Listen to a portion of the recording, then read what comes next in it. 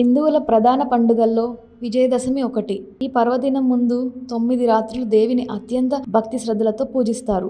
శరన్నవరాత్రుల్లో అమ్మవారిని ఒక్కో రోజు ఒక్కో రూపంలో అలంకరించి మరీ పూజిస్తారు. మరి 9 రోజులు అమ్మవారిని ఎలా అలంకరిస్తారు, ఎలాంటి నైవేద్యం సమర్పిస్తారో తెలుసుకుందాం. మొదటి రోజు, ఈ రోజు అమ్మవారు బాలా త్రిపుర సుందరి దేవిగా భక్తులకు దర్శనమిస్తారు. ఈ రోజు అమ్మవారికి క్షీరాన్నం సమర్పిస్తారు. రెండవ రోజు, ఈ రోజు అమ్మవారు వేదమాత శ్రీ గాయత్రీ దేవిగా భక్తులకు దర్శనమిస్తారు. ఈ రోజు అమ్మవారికి ప్రసాదంగా కొబ్బరి అన్నం నివేదిస్తారు. మూడవ రోజు, ఈ రోజు అమ్మవారు ప్రాణకోటి ఆకలి తీర్చే అన్నపూర్ణ మాతగా దర్శనమిస్తారు. అమ్మవారికి నైవేద్యంగా అల్లం గారెలు సమర్పిస్తారు. నాలుగవ రోజు, ఈ రోజు అమ్మవారు శ్రీ లలితా త్రిపుర సుందరి దేవిగా భక్తులకు దర్శనమిస్తారు. అమ్మవారికి నైవేద్యంగా ఈ రోజు కదంబం ప్రసాదాన్ని నివేదిస్తారు. ఐదవ రోజు, ఈ రోజు అమ్మవారు శ్రీ చండీ దేవిగా దర్శనమిస్తారు. అమ్మవారికి చింతపండు పులిహోర, రవ్వ కేసరి వంటి నైవేద్యాలను సమర్పించాలి. ఆరవ రోజు, ఈ రోజు అమ్మవారు శ్రీ మహాలక్ష్మీ దేవిగా దర్శనమిస్తారు. ఈ రోజు అమ్మవారికి నైవేద్యంగా పూర్ణం బూరెలు సమర్పిస్తారు. ఏడవ రోజు, ఈ రోజు అమ్మవారు సరస్వతీదేవి రూపంలో భక్తులకు దర్శనమిస్తారు. ఈ రోజు అమ్మవారికి నైవేద్యంగా దద్దోజనం నివేదిస్తారు. ఎనిమిదవ రోజు,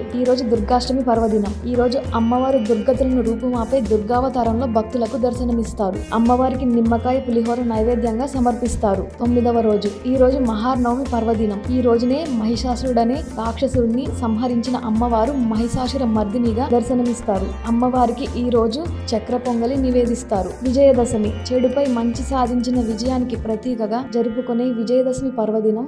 విజయదశమి పర్వదినం రోజున అమ్మవారు శ్రీ రాజరాజేశ్వరి దేవిగా దర్శనమిస్తారు. ఈ రోజు అమ్మవారికి పులిహోర, రవ్వ కేసరి నైవేద్యంగా సమర్పిస్తారు. ఈ దసరా పండుగ రోజుల్లో అమ్మవారిని శక్తి మేరకు పూజించి అమ్మవారి అనుగ్రహానికి పాత్రులవుదాం.